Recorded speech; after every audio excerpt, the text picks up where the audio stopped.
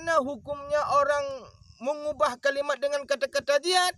Orang yang mengubah kalimat adzan dengan kata-kata jihad, maka hukumnya itu adalah berdosa. Kenapa sedemikian? Karena Rasulullah sallallahu alaihi wasallam tidak pernah melakukan hal tersebut. A'udzubillahi minasyaitonirrajim. Bismillahirrahmanirrahim. Alhamdulillahirabbil alamin wa bihi nasta'inu ala umuri dunya waddin. Wassalatu wassalamu ala asyrafil anbiya'i wal mursalin wa ala alihi wa sahbihi ajma'in, amma ba'd. Pada kesempatan yang berbahagianya, izinkan kami ingin membahas satu permasalahan yang sangat viral di media sosial tentang kalimat adzan yang digantikan dengan kalimat jihad. Nyan ban. Ada beberapa kawan yang bertanya kepada kami, tunggu, apa hukumnya yaitu mengubah kalimat adzan menjadi kalimat jihad? Maka oleh karena itu kami menjawab bahwa hukum mengubah kalimat adzan menjadi kalimat jihad yaitu hukumnya berdosa. Kenapa kami katakan itu berdosa? Karena Rasulullah SAW tidak pernah mengubah kalimat adzan. Karena Rasulullah SAW tidak pernah melakukan hal sedemikian. Maka oleh karena itulah kami katakan bahawa mengubah kalimat adzan untuk kalimat jihad, maka hukumnya itu sangat berdosa.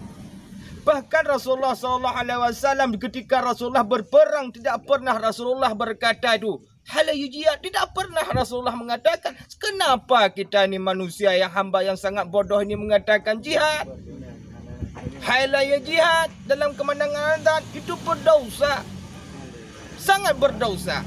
Maka oleh karena itu kami katakan, kami poniskan orang yang mengubah kalimat adzan, maka hukumnya itu sangat berdosa. Dengan alasan kami, karena Rasulullah SAW tidak pernah melakukan hal sedemikian. Dan alasan yang kedua, karena syariat sudah memponis bahawa kalimat adzan itu tidak boleh kita ubah.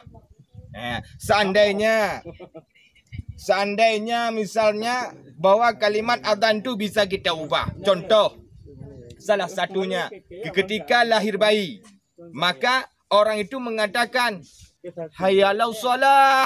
Itu kan kalimat hayyalau shalah, tapi ketika bayi lahir hayyalal bayi. Halayal bayi. Seandainya kalimat adzan itu bisa kita ubah. Makanya para alim ulama distempelkan bahawa kalimat adzan hal itu tidak bisa kita ubah. Kenapa kami katakan bahawa itu adalah dosa? Karena sesuai dengan hadis Nabi Rasulullah SAW dalam yaitu yang diriwayatkan oleh Bukhari nomor 666, dan demikian juga dalam Sahih Muslim nomor 697. Daripada Nafi qala adzana Ibnu Umar fi lailatin baridatin bidadnani, bahwa hadis ini diriwayatkan oleh Nafi bahawa Ibnu Umar pernah mengumandangkan adzan. Kumandangkan adzan di Umar tersebut pada waktu malam, yang mana pada waktu malam tersebut adalah baridin, yaitu adalah dingin dan dengan angin yang kencang. Sumakhala, kemudian berkata oleh Umar, sallu fi riyalikum, solat olehmu, solat olehmu. Di mana solat? Di persinggahan. Ungkapan. Fa akhrana Nabi sallallahu alaihi wasallam. Maka kemudian katalah Rasulullah sallallahu alaihi wasallam, pergilah Rasul. Ya'muru muadzanan yu'adzanu, memerintahkan oleh Nabi bak muadzin yu'adzan. Summa yaqulu, kemudian berkata Nabi ala yasir, asallu fi rahalin, ke Nabi. Pak teman, di mana? fi lailatin baradin, pada malam yang bersangatan dingin ataupun pada angin yang kencang. Bahawa di dalam hadis ini menjelaskan iaitu lafaz sallu rihalikum. Makna di situ adalah kapan Umar radhiyallahu an sebutkan kata sallu fi rihalikum, iaitu setelah azan memandang. Kenapa Umar menyebut sallu fi rihalikum tersebut? Karena pada waktu malam tersebut sangat dingin dan angin yang kencang. Maka Umarlah berkata waktu itu adalah sallu fi rihalikum. Karena angin sangat kencang, takut pada jamaahnya nanti tertimpa dengan pohon ataupun macam-macam apa, maka diperintah oleh Umar semayang gata mantong di rumah. Setelah demikian, ya Rasulullah SAW juga pernah juga mengatakan itu hal tersebut kepada muadzin. Ya kuncit, iaitu sallu fi rihalin. Dalam redikan azan, maksudnya azan di ketika Umar radhiyallahu an melakukan hal itu bukan berarti dia mengubah. Akan tetapi pemberitahuan kepada umat supaya jangan keluar pada malam itu. Pakon. Bang, kalau pakon, kalau bahasa Indonesia kenapa? Karena di waktu itu hujan sangat deras dan angin sangat kencang. Maka oleh karena itulah Umar berkata, solatlah olehmu di mana di waktunya tiba. Itu maksud daripada hadisnya. Dan sesuai juga dalam kitab iaitu Syekh Al-Islam juga pernah berkata, kata Syekh begini, azan tidak boleh ditambah dan tidak boleh dikurang. Kenapa sedemikian? Karena azan itu sudah disyariatkan.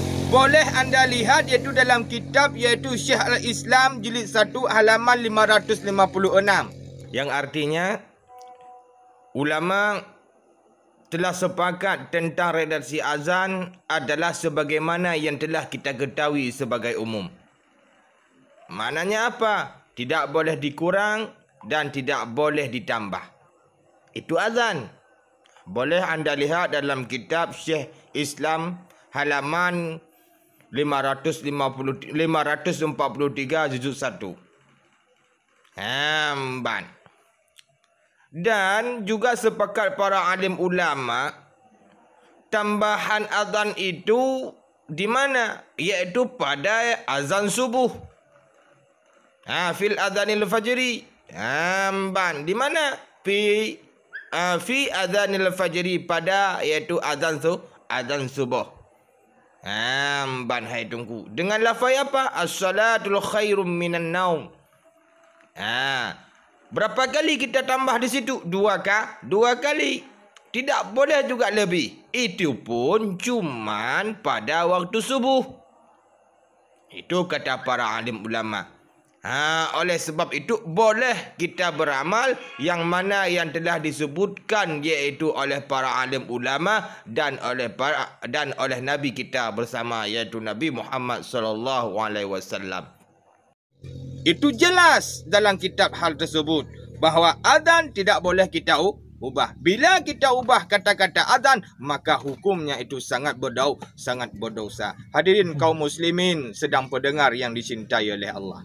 Mudah-mudahan dengan adanya video singkat ini membahas tentang kalimat azan yang viral di media sosial, kita faham bersama bahawa hukum menambah kalimat iaitu alal jihad itu hukumnya adalah berdosa sangat besar. Kenapa berdosa? Karena tidak pernah dilakukan oleh para nabi dan para sahabat. Kita ambil kesimpulannya bahawa hukum menambah tersebut adalah bid'ah dhalalah. Bang Farhan, kena iaikum bid'ah. Gampang bahan. Mudah-mudahan bermanfaat khususnya bagi kami sendiri, umumnya bagi kita bersama. Salam iaitu dari Rimong Aswajakofa. Jangan lupa like dan komen dan share biar sampai kepada telinga-telinga yang dukan azan tersebut. Hadanallahu iyyakum ajma'in. Assalamualaikum warahmatullahi taala.